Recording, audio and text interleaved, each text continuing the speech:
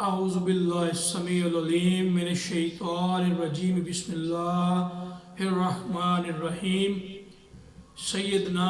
كريم صلى الله عليه وآله وسلم الصلاة والسلام عليك يا سيدي يا نور من نور الله الصلاة والسلام عليك يا سيدي يا شفيع الله حضور الصلاة والسلام عليك يا سيدي يا حبيب الله صلوا على الحبيب صلی اللہ علیہ وآلہ وسلم۔ حضور نبی کریم صلی اللہ علیہ وآلہ وسلم سونے عربی ڈھولن مائی لجپال عظیم تاجدار کریم بادشاہ مٹھڑے عظیم آقا لجپال مدینہ آقا تاجدار مدینہ آقا شہنشاہ مدینہ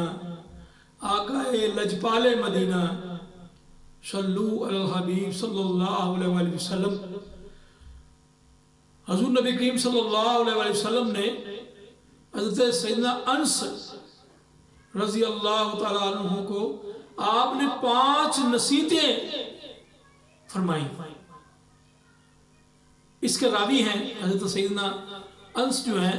رضی اللہ تعالیٰ عنہ، آپ راوی ہیں، آپ فرماتے ہیں کہ میرے کریم آقا دو جہاں صلی اللہ علیہ وآلہ وسلم نے مجھے 5 نصیحتیں عطا فرمائیں، 5 نصیحتیں کی۔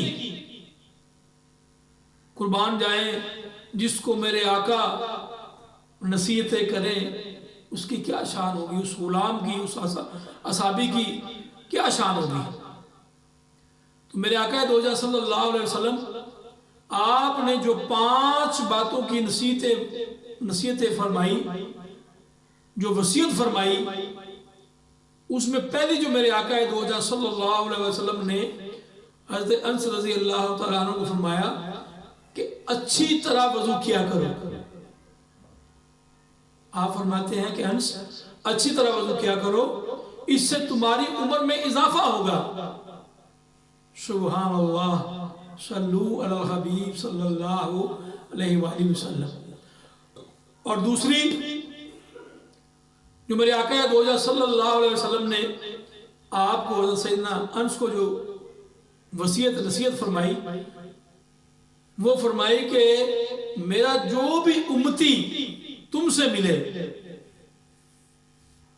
صدقے جائیے۔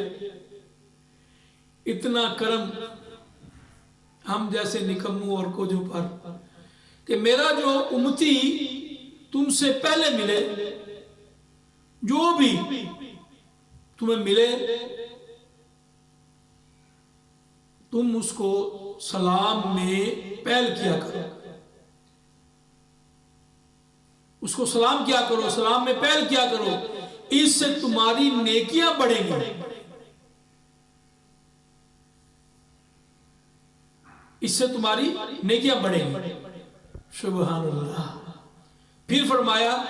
انس، میرے آقا دو جہاں صلی اللہ علیہ وسلم آپ نے تیسری وصیت جو فرمائی، اس میں آپ نے فرمایا کہ انس گھر میں داخل ہوتے وقت، جب تم گھر میں داخل ہو جاؤ سلام کیا کرو، تمہارے گھر کی خیریت بڑھے گی۔ تو یہ تو میرے آقا دو جہاں صلی اللہ علیہ وسلم نے بہت کمال کی بے مثل جو نصیحت فرمائی ہے۔ یہ ایک اور حدیث میں بھی ہے کہ میرے آقا دو جہاں صلی اللہ علیہ وسلم فرماتے ہیں کہ جب گھر میں داخل ہو جاؤ تو سلام کرو، خواہ گھر میں کوئی ہو یا نہ ہو، سلام کرو اور ایک دفعہ سورہ اخلاص پڑھو۔ اگر گھر میں کوئی بھی نہ ہو تو آپ مجھ پر سلام بھیجو۔ قربان جائیں، الصلاۃ والسلام علیکہ یا سیدی یا نبی اللہ، الصلاۃ والسلام علیکہ یا سیدی یا نور من نور اللہ، صلو علی الحبیب صلی اللہ علیہ وسلم۔ اور پھر چوتھی نصیحت جو ہے، وصیت جو ہے، وہ فرمائی کہ انس چاشت کی نماز پڑھتے رہا کرو، چاشت کی نماز پڑھتے رہا کرو، اس لیے کہ تم سے پہلے جو اللہ والے بنے تھے،